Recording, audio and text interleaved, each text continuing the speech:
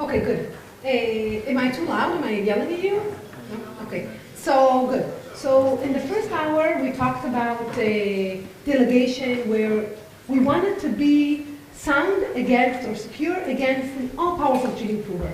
So, he can run in unbounded time. We want to make sure he cannot cheat. In this part, in the next part, in the next 2 hours, we're going to only be concerned with provers that are bounded. So we know that really all powerful provers, they don't really exist in our real world, and so we want to be resilient to powerful, but not all powerful provers. So that's computational soundness. We're willing to assume that our cheating provers cannot factor numbers or break collisions in some collisions and hash functions.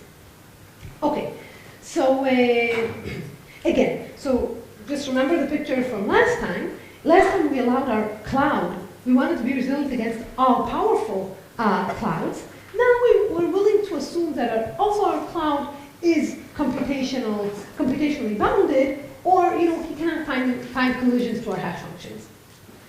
And now we're able to do much, much more than what we can do in that statistical setting.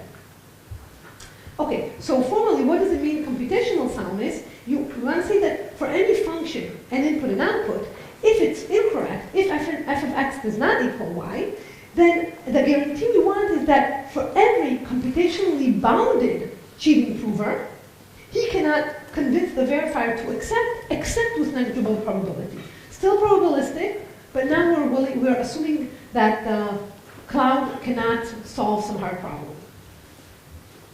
Okay, so what are the properties we are interested in? So the first thing is expressiveness. We saw that with statistical soundness, all we can do is delegate proofs for, well, there, oh, right? Can you guys hear me without it? Should I put it on? Okay, who votes for out? In? Okay, in. Oh, I see. Okay, in, sorry. We're stuck with, can you make it quieter? Okay. Okay, so the first thing we're concerned about is expressiveness. So before, with the statistical soundness, we could only do bounded depth, okay, or low depth computations. We would want more than that. Bounded space, which hopefully you can also do in the statistical setting. But more than that, why not all of P? Why not NP? Okay, we want any computation.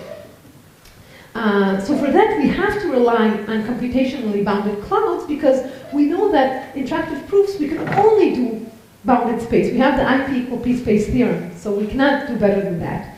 So in order to get expressiveness beyond bounded space, we have to rely on computational soundness, which we will.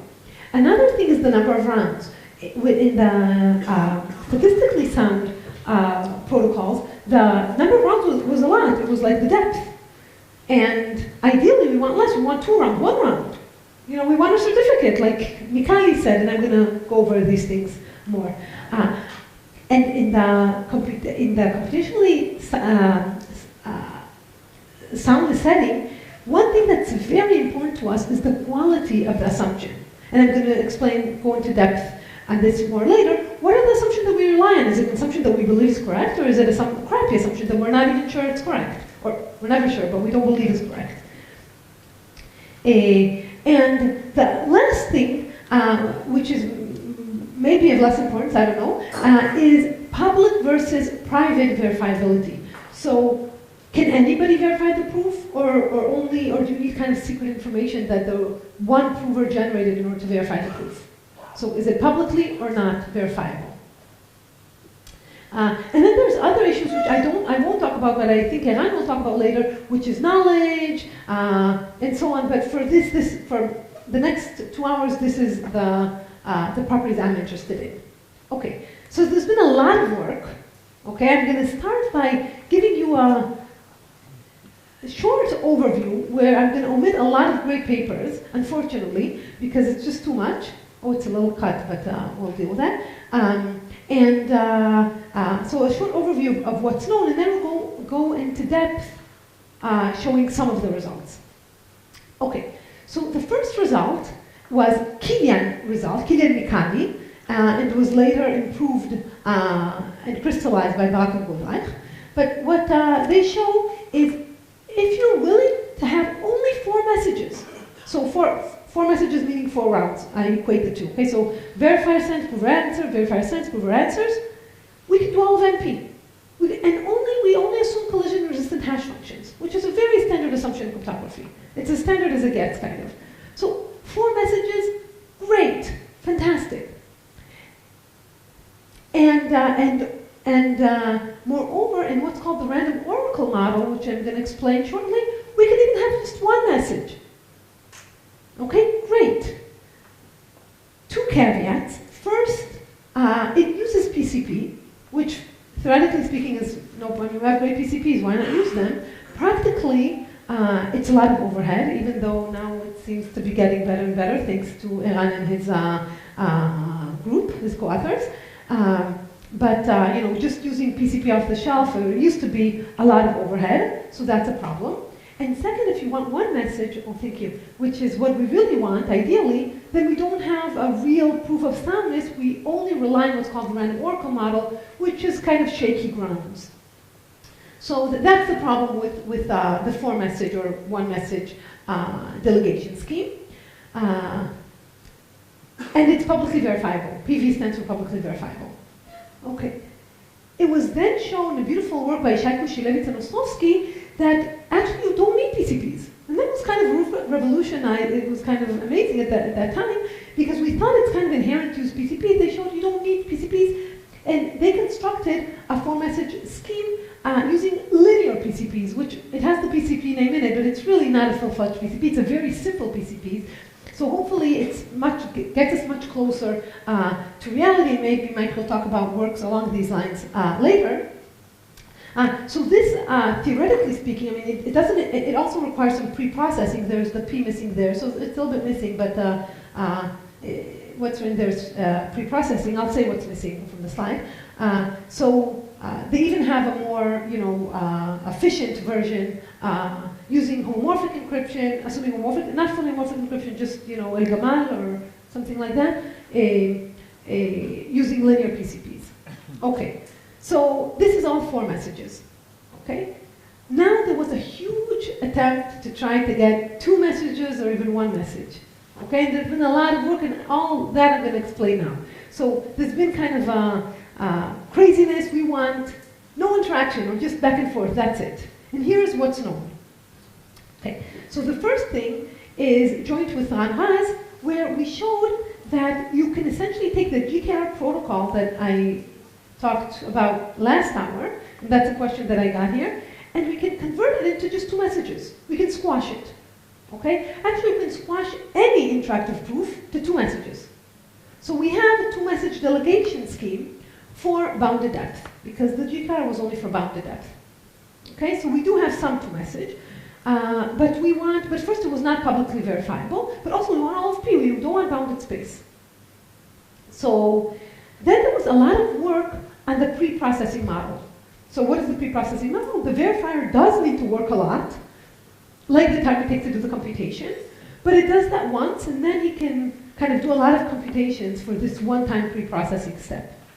Okay? And there was a lot of work. We know how to do, with 2-message, we know how to delegate all of P. There's some issue with these things, which is there's some rejection problem there, that if a cheating prover talks to you and he gets rejected sometimes, he can use that information to get secrets about your secret state, the verifier secret state that he keeps from his pre-processing, and with time cheat. So it's kind of an iffy 2-message, but there's works showing that. And then there's works making it publicly verifiable. So there's no, this problem of rejection does not exist. So 2-message delegation, and it's publicly verifiable, but it's again only for bounded space, for bounded depth, sorry, for bounded depth. Under a very reasonable assumption, learning with error, which I don't want to go into what it is, but it's a very reasonable assumption, widely believed to be true. Moreover, they can do it for all of P, so for any deterministic computation, but then they need to assume what's called an ABE, attribute-based encryption, for all of P, and that we don't know how to do based on reasonable assumptions yet. So I view this result more as for bounded space still. Okay. Then this is again two message. Then there was two message for NP. Okay. So there was more two message for NP. But here we really rely on very strong cryptographic assumptions. So here there's a bunch of work showing how to do two-message delegation for all of NP, but assuming extractable assumption, extractable collision-resistant hash function, that essentially says that if an adversary can find collision, then he must know something. It's kind of a it's a different type of assumption than factoring LWE, but I'm going to talk more about assumptions later on.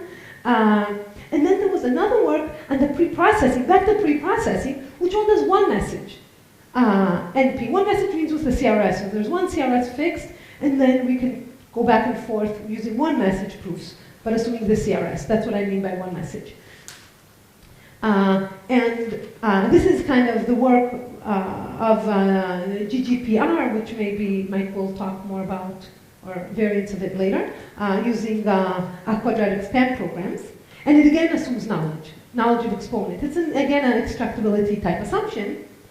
And finally, there's a work of one message delegation for NP, publicly verifiable, like what we want for one message, but without the random oracle. So they remove the pre-processing, they do some bootstrapping, Eran will talk about that probably a little later, of Bitansky, Canetti, Chesa, and Tomer, Eran. And so they do exactly what we want under an assumption, not a random oracle model, but it's again extractability assumption. Okay, so sorry. Okay, so today in the next 2 hours, I'm going to focus on the first two parts. So I'm going to go over Kilian, the four-message delegation scheme. I'm going to show how to get one message delegation scheme in the random oracle model using what's called the Fiat-Shamir paradigm.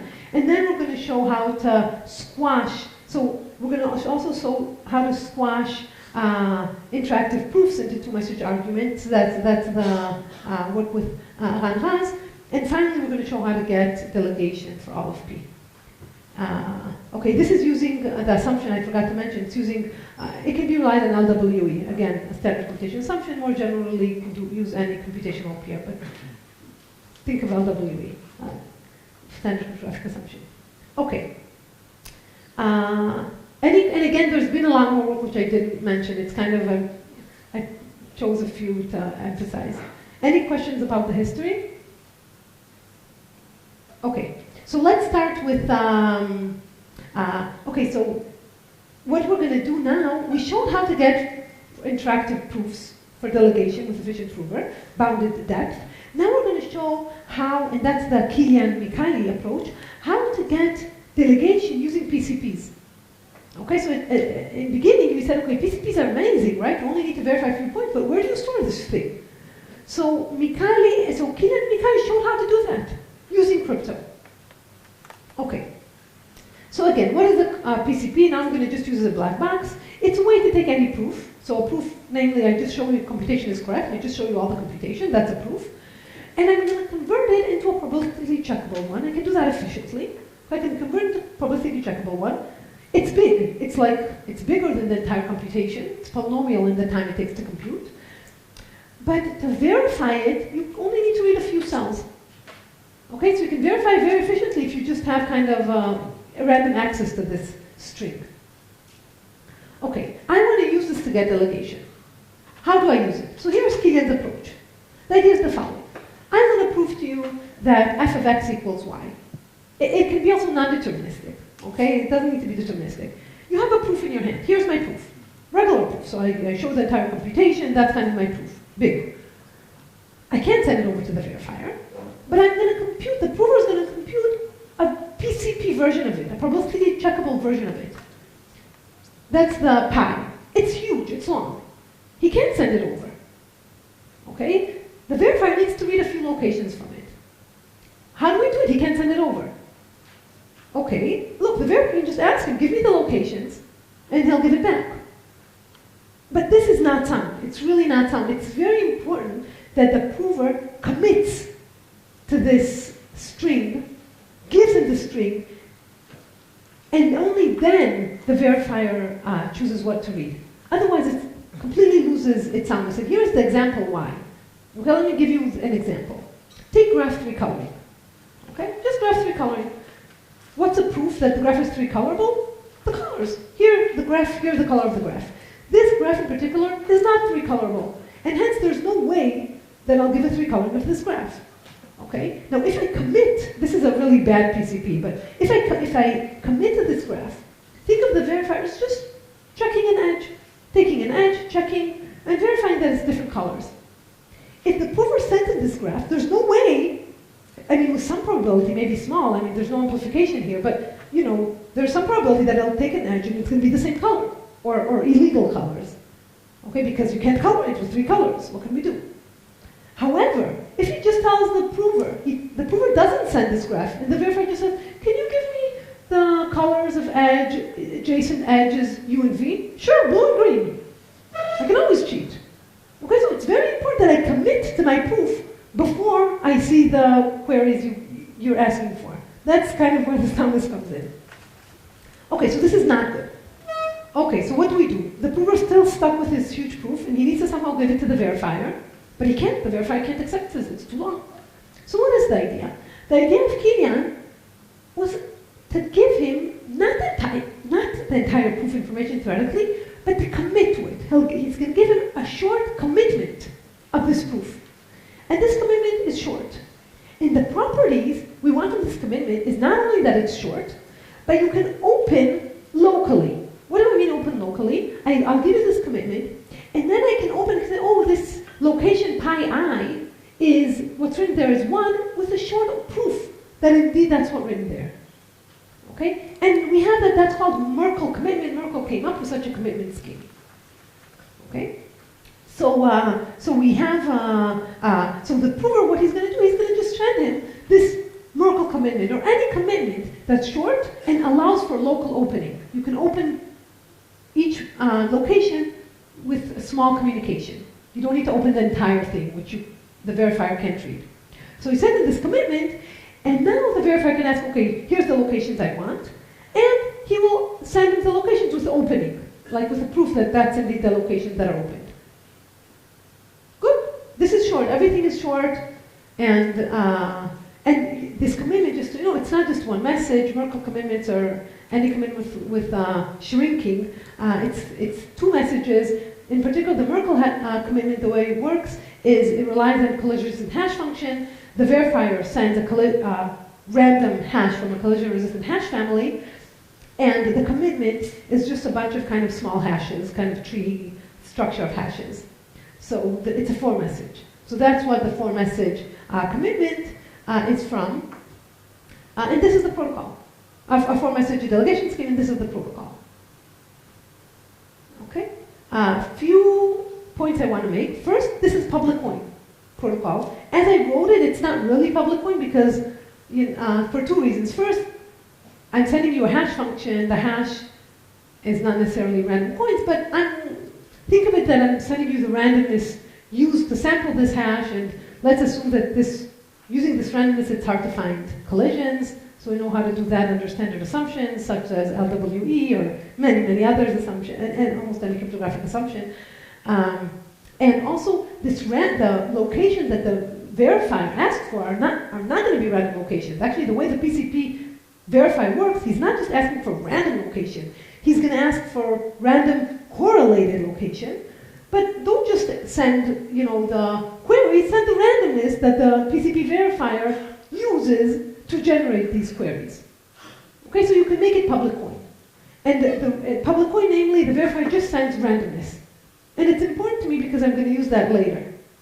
Okay, so this is a public coin protocol, 4 messages, and here is the theorem of Kilian, of Kilian-Vicari, I should say, that for any language in NP and any cheating prover, P star, the cheating prover, will convince the verifier, if he convinces a verifier to accept a false statement with non-negligible probability, then we can use this cheating prover to find collisions. Okay, so with non-negligible probability. So in other words, look, we don't know that it's sound. But if it's not sound, then we could find collisions. Okay, so we have this win-win kind of situation. Okay, if you believe that it's hard to find collisions, it's hard to factor numbers or to break eligibility, then rest assured this is sound. Okay. This is, I don't want to go into the proof of this, but this is the protocol. Any questions? Okay, let me just say, I don't want to go into the proof, but maybe I'll just say one sentence why this is sound. The reason is that prover, by sending a commitment of pi, it's as if he's now stuck with one pi. He can't open to two things. That's it. He's stuck. It's like sending pi over. And now the PCP theorem tells us that, you know, if there's no accepting proof, then the verifier will catch you with high probability. And that's it. Unless you found collisions and you're not really committed. But then he broke the assumption. So that's the protocol. Any question about the Kilian protocol? So it's very, very simple. Takes PCP as a black box and 4 messages. Okay. So this is the 4 message. We're done. Done with 1. Now but we want 2 messages. We want 1 or 2 messages. So how do we get to the 1?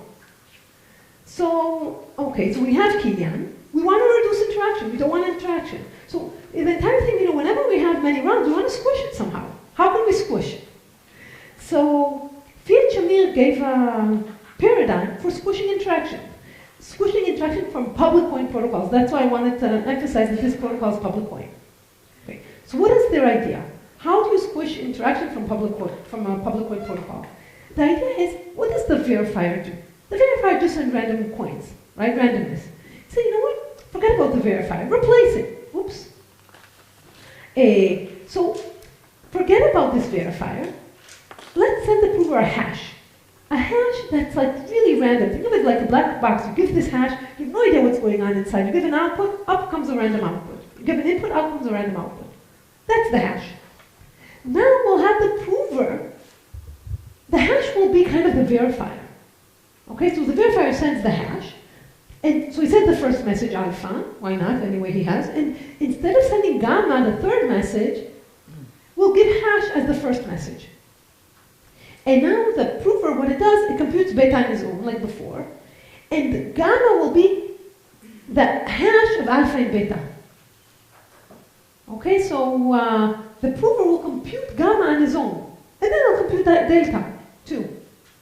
So, you know what, actually before while you guys digest it, let me just mention, trivial way of reducing interaction is having the verifier send both messages ahead of time. You know, why interactively? Just send them ahead of time, alpha and gamma.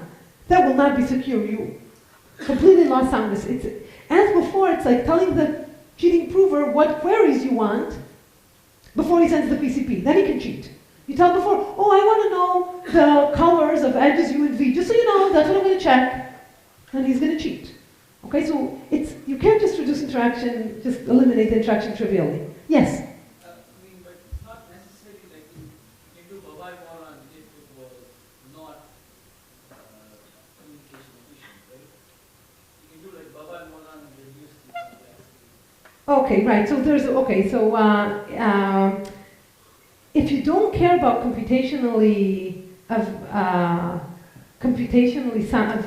to remain efficiency, you can always go from constant round to 2 round, to constant message to 2 message. But then there's an exponential blow up in the runtime of the prover. So there's a trickier way of a result of Bar-Ilan, who shows how to take constant round interactive proof and convert it only to 2 round interactive proof, public point.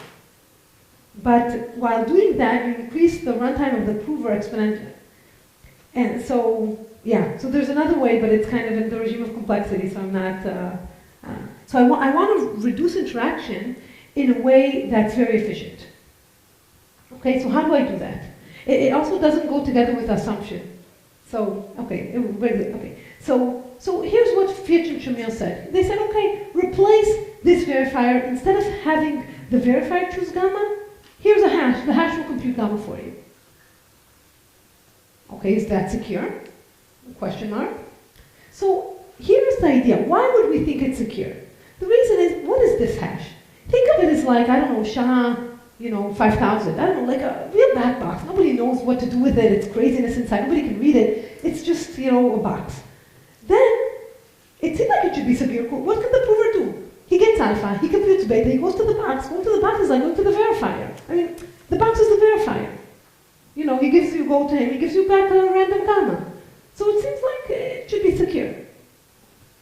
Okay, and indeed, there's a beautiful work by Poncheval and Stern that, that showed that if the original protocol is sound, then the true message is also sound in the random oracle model. So what is the random oracle model?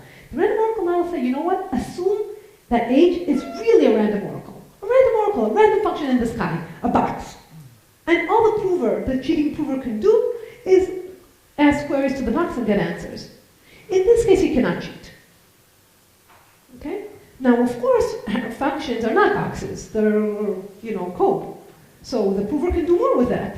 But the intuition or the belief was, well, if the prover can do something bad with it, it's probably we chose a bad hash function. Let's try another hash function.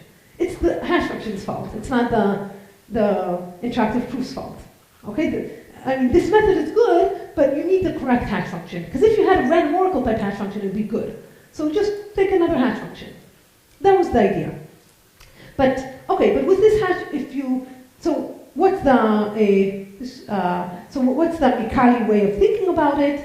Is you take the pi, you take a proof, you convert to a probabilistic checkable proof, you commit to it, that's the beta, and then you compute the hash to get the locations you want. Okay, so you can take the hash of beta, it gives you the locations. I'm omitting here even the hash for the commitment, so just to compute the commitment, beta, you need a hash, but again, you can use the random oracle for it.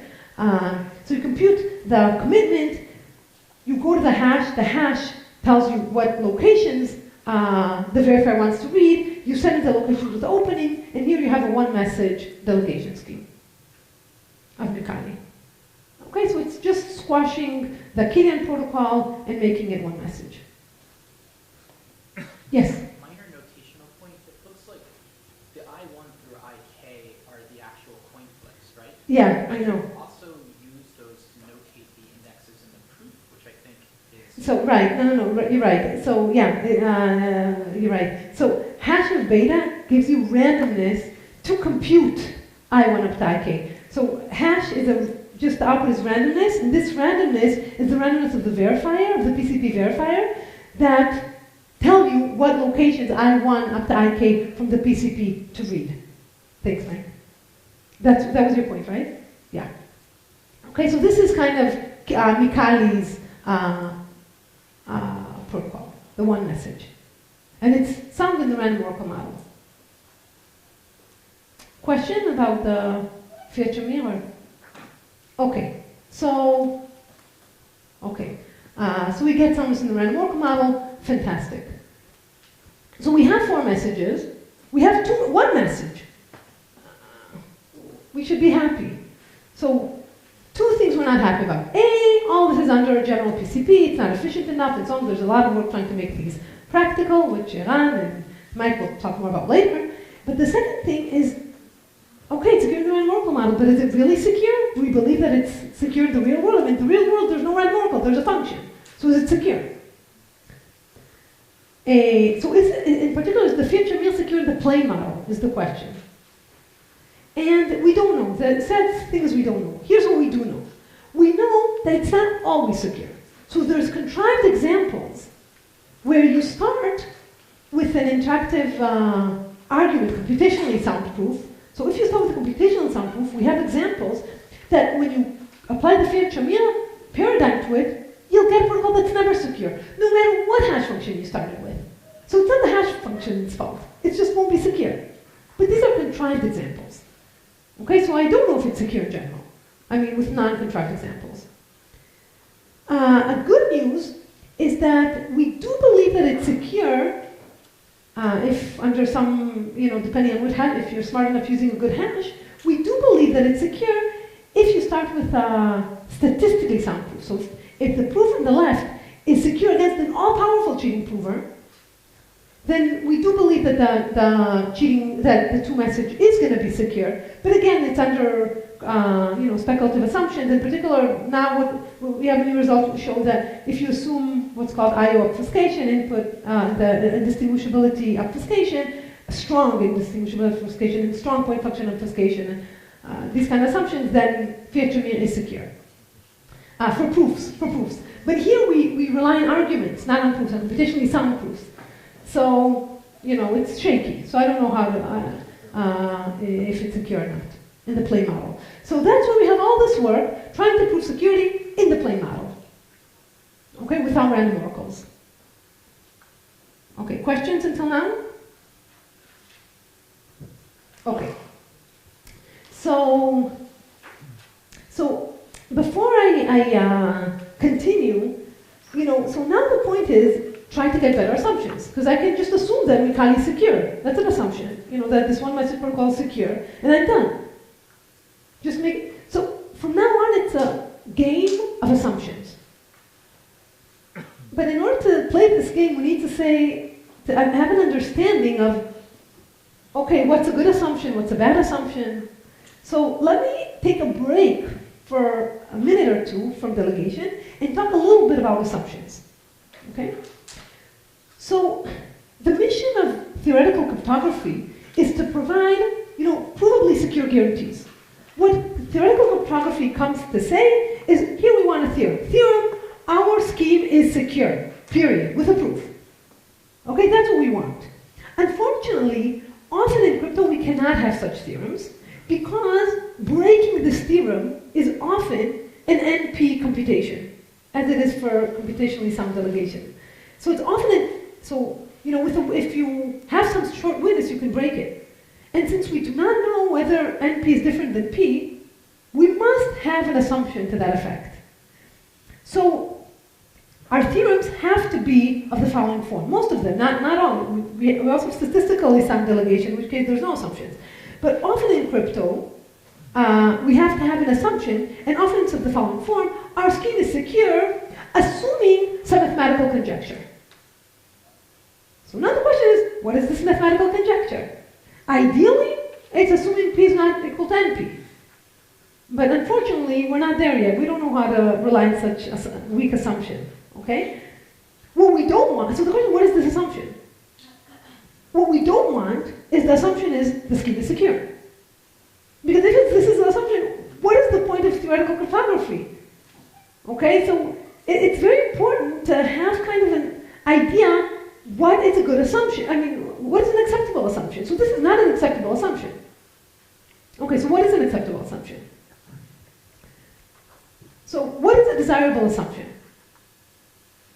Okay, so I can give you 3 points that I think of as a desirable assumption.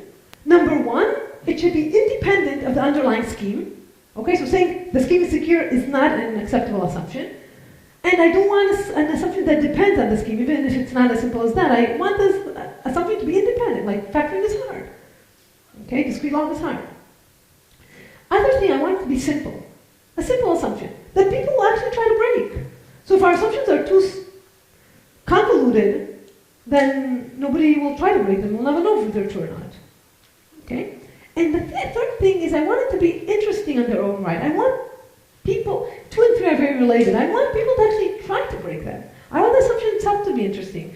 And as Mikali, this is Mikali's word, why do you want a simple assumption, an interesting assumption? Science wins either way. Either our scheme is secure, or look, we solved a hard mathematical problem. Yes? Is it possible to formalize the first independent of the underlying scheme? What do they mean? It's a good question. No. And also, it's not clear what simple means, and it's not clear what interesting means. So, Simple, you can say complexity. No, it's not that. I don't really mean that, it has low homomorphic complexity, though. I don't know what these means, actually. I'm talking from my heart, yes? I would add also that it's applicable for many tasks, not just for one. Right, so that's kind of independency. I think you're right. So what you just said, right, so I think a quote maybe of Yuval, and I may be wrong in some event that happened for Shafi and Silvio, you at least want an assumption that will be, you don't want each paper to have their own assumption. So we believe in assumption if it's used at least twice, okay, At least 2 papers use it. So right, but that kind of goes together with the independency from the scheme, as I see it. Okay, but exactly, you want an assumption to be used again and again, to be simple, to be attractive, to be interesting. Okay, but as was pointed out, I'm not formalizing any of this. I don't know how to formalize it either. Maybe nowadays it does not contradict other assumptions that satisfy the same criteria. I like that. Yeah. Right. So how do we formalize it? I don't know. Well, I have an idea how to formalize this, but I don't want to show right now. But let me just say, Noor tried to formalize something along this line in 2003. And what his point was, look, at least it should be falsifiable. What does it mean to be falsifiable? That if someone has a break, they can always convince us that he broke the assumption. Okay, so if I broke the assumption, but I can't convince you that I broke the assumption, that's not very good. So the minimum we want is that if for anyone who has a break, he can convince the rest of us that he has a break. That's the meaning of falsifiable. Okay, let me say maybe a little more formally. So formally, what is a falsifiable assumption according to Noor? Actually, I think this formulation is not exactly to Noor, it's from Gentry-Weeks, but the same idea. So the formality is the following. An assumption consists of some challenger, efficient challenger, we call it C, that interacts with the adversary. Okay, and the assumption is that for any efficient adversary, he cannot convince the challenger to accept except with negligible probability. So, for example, factoring, the challenger will generate P times Q, and the adversary will convince him if he sends back P and Q. Okay, or for discrete log, the challenger will send G to the X, and the adversary will convince the challenger to accept if he sends back X. Okay, so that definition is falsifiable. If you have an algorithm for factoring, I can test it. Give me the algorithm, I'll test it. Okay, so these are examples of efficient, falsifiable assumptions. Okay? So that is the notion of falsifiability according to Noor. And note that all traditional assumptions are falsifiable. So, factoring RSA, strong RSA, discrete log, DDH, quadratic residues, all these are falsifiable. Okay? The decision assumptions are not, it's not negligible here, it's negligible advantage in guessing, but you can make it, so for decisional assumptions where the adversary needs to guess whether it's it's a discrete DDH or random tuple, then you need half plus negligible. But it's the same idea. So all the traditional assumptions are falsifiable. But new assumptions, or there are many other types of assumptions that are not. Okay, so for example, now we're in the trend of IO obfuscation, and IO obfuscation is not known to be falsifiable.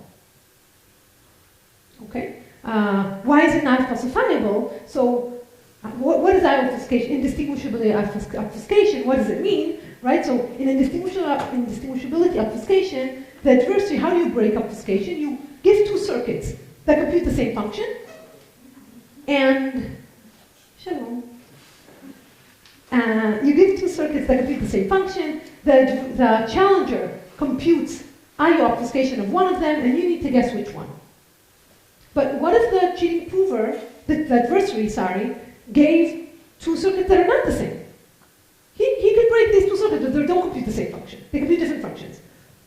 And nobody can test whether they compute the same function or not. You have to go over all 2 of the inputs. So maybe there's an adversary. He broke it. He gave 2 circuits that are the same, and he broke it. But now I tell him, but wait, how do I know that they're the same? And maybe he doesn't know how to, I don't know, I just know, I have a feeling, I don't know. How does he convince us that these 2 circuits are the same? And we really want to know, because if they're not the same, then he didn't break the assumption. Okay, so he can't always convince us that the assumption is wrong. Okay, so this is not falsifiable. But let me say, yes? Even some exponential hardness of DDH is not falsifiable according to this assumption. We have a nice way to distinguish between the obfuscation and the sub-exponential hardness of the DDH. Yeah, so that's my next bullet. So good. So at least, I'll get to it in a minute, but at least IO obfuscation definition, it's not falsifiable. But if it's still a game-based definition in the sense that there's a challenger, you send it to circuits. If you allow the challenger to run in exponential time, then he can falsify, he can check. Okay, now you can say, but okay, if he runs in exponential time, maybe he can check by himself if things are correct or not, but at least it's still some game-based definition, okay, where there's a challenger, you give him two circuits, he runs in exponential time to check that they complete the same function, and he checks that you broke the assumption. Benny's question is, what about, let's say, sub-exponential deviator, sub-exponential factoring, let's say, where you say, okay, the assumption is nobody that runs in sub-exponential time can break factoring. So note here that I was a little, when I wrote efficient challenger, I kept it vague, I didn't say PPT, I said efficient.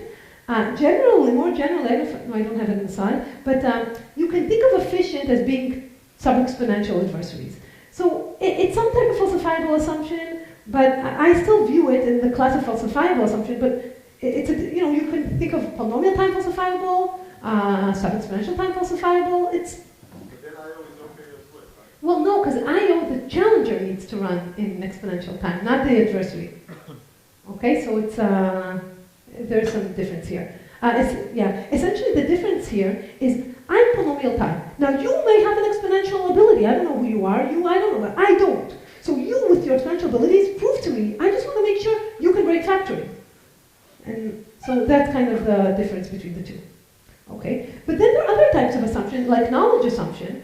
These type of assumptions, it's not even a game-based assumption. It's a different assumption. It says that, essentially, if an adversary did something, he must have done it in this way. Or like, let's say knowledge exponent, if given g to the x, you can compute g to the y and g to the x times y, you must have known y. There's no other way to do it. It's not really, it's a different type of assumption altogether. Okay, so from my perspective, a good assumption, a desirable assumption, let me say, a desirable assumption is one that's falsifiable. Let me say, for me, it's not enough. I want much more than falsifiable assumption. I want it to be simple, I want it to be, but I don't want to go into that, okay? So this is kind of my spiel about, why, because from now we'll start to see different constructions based on different assumptions. We want to be able to kind of quantify the differences between them based on the assumptions. Okay, so unfortunately, let me say that there's a negative result of Gentry-Weeks showing that, we want the one message delegation for NP and reasonable assumptions. That's what we want. Well, Gentry-Weeks tells us this is a problem.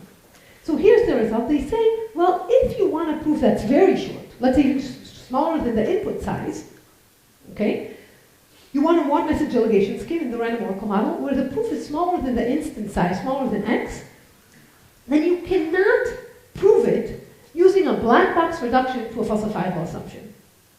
And the way we know how to prove things is using black box reductions. Often, not always, but often. So it kind of tells us, look, if you want to kind of use your traditional approach of proving security using black box reductions, namely, what do we mean by black box reduction?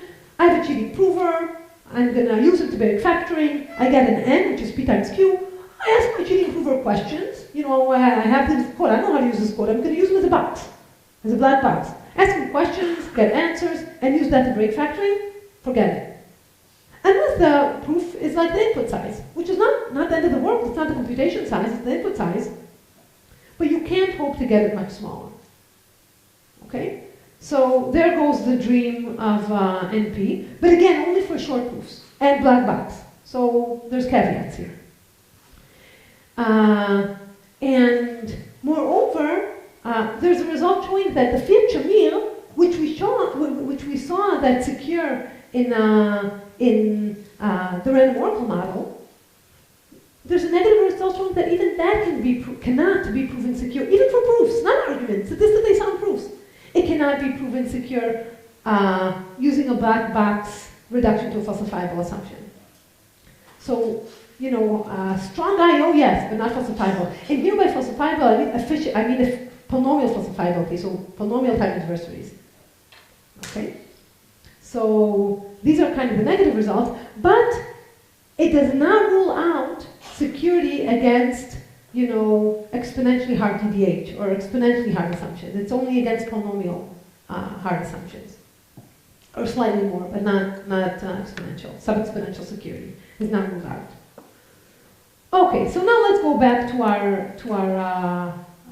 history. Oh yes, Sorry.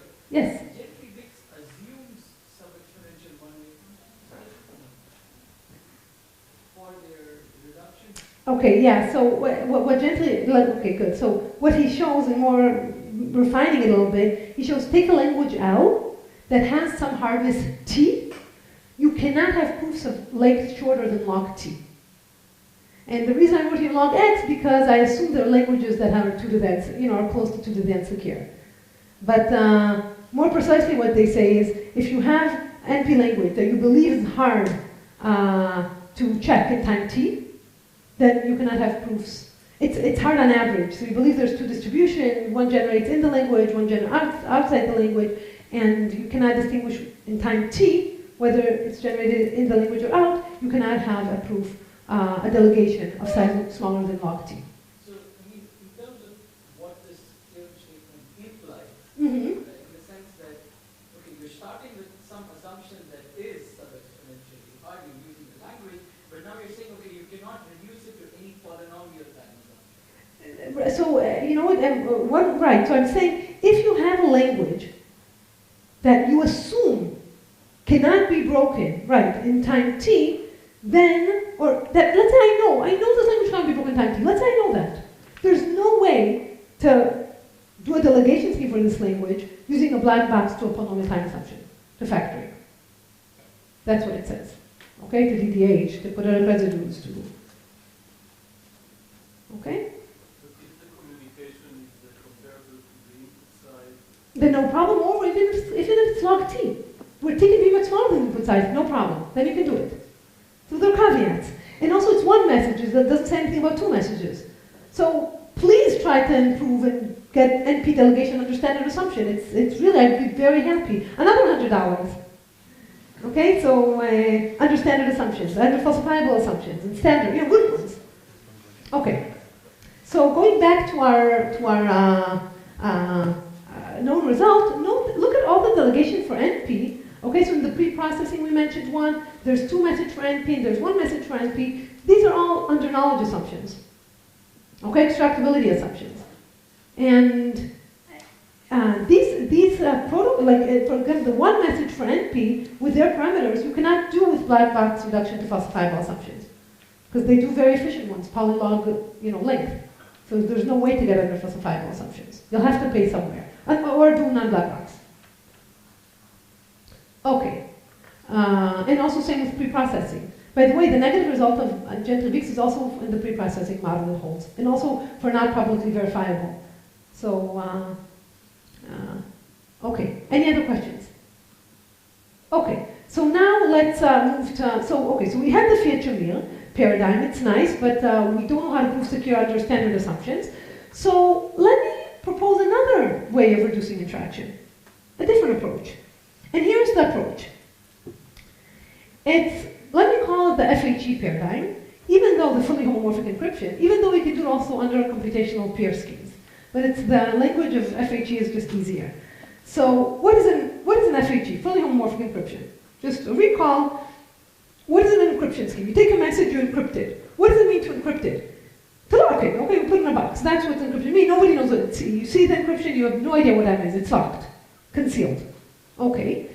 What does a fully homomorphic encryption allow you to do? It allows you to take any function of your choice, and given this encryption, given the ciphertext, compute f of n without knowing anything about n. So you never saw n, but you can compute an encryption of f of n. This is FHE, and I assume we're all familiar with what this is. Now suppose we have FHE for a second, then I'll say a bit how you can assume peer, not FHE, but suppose we have FHE. Let me show how to reduce interaction from interactive proofs to 2 message arguments. Here's the idea.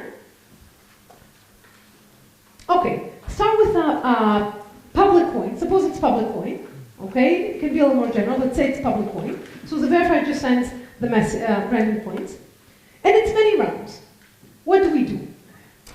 we want to give all the, so here I'm going to convert to a two-message argument. The idea is I want to give all the messages of the verifier ahead of time. Just give them in the clear. But unfortunately, it won't be signed. What we're going to do, I'm going to give them encrypted. So what does it mean?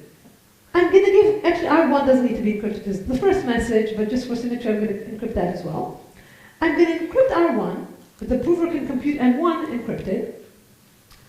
Then I'm going to compute N2, what does the prover need? He needs R1 and R2. He needs kind of all the messages of the verifier, the history of the verifier. So he's going to compute R1, R2 encrypted. And then to compute N3, what does the prover need to know? He needs to know R1, R2, R3. So the prover, the verifier will send R1, R2, R3 encrypted. The prover sees these things, he sees nothing. Garbage, he doesn't, it's ciphertext. But he can compute N1, he can emulate the real prover, compute N1 underneath encryption. He can compute N2 given R1 and R2 underneath encryption. And he can compute N3 given R1, R2, R3 underneath encryption. So without knowing anything, he did all the computation. The verifier, what he will do, he will decrypt and check, like the real verifier. Very important point, these encryptions, these boxes, need to have fresh public keys. It's with fresh keys, independent keys. So one key to lock R1, independent fresh key to lock R1, R2, independent fresh key to lock R1, R2, R3. Okay? So this is the paradigm. This is a way to reduce interaction. Any questions? Okay. The question is it secure? So what we showed is if P and V are statistically sound, not computationally, statistically, then this is secure. Okay? And the FHE is secure, then this is secure. Caveat here, the FHE needs not only to be secure, it needs to be secure against 2 to the L time adversaries, where L is the communication. It's the communication complexity of P and V. Okay, so it needs to be secure, very secure. But if it is, then P prime, V prime is sound. Okay? And now what we can do, we can take the GKR protocol and all the randomness of the verifier, just send it encrypted in boxes. And here's how we get two-message delegation.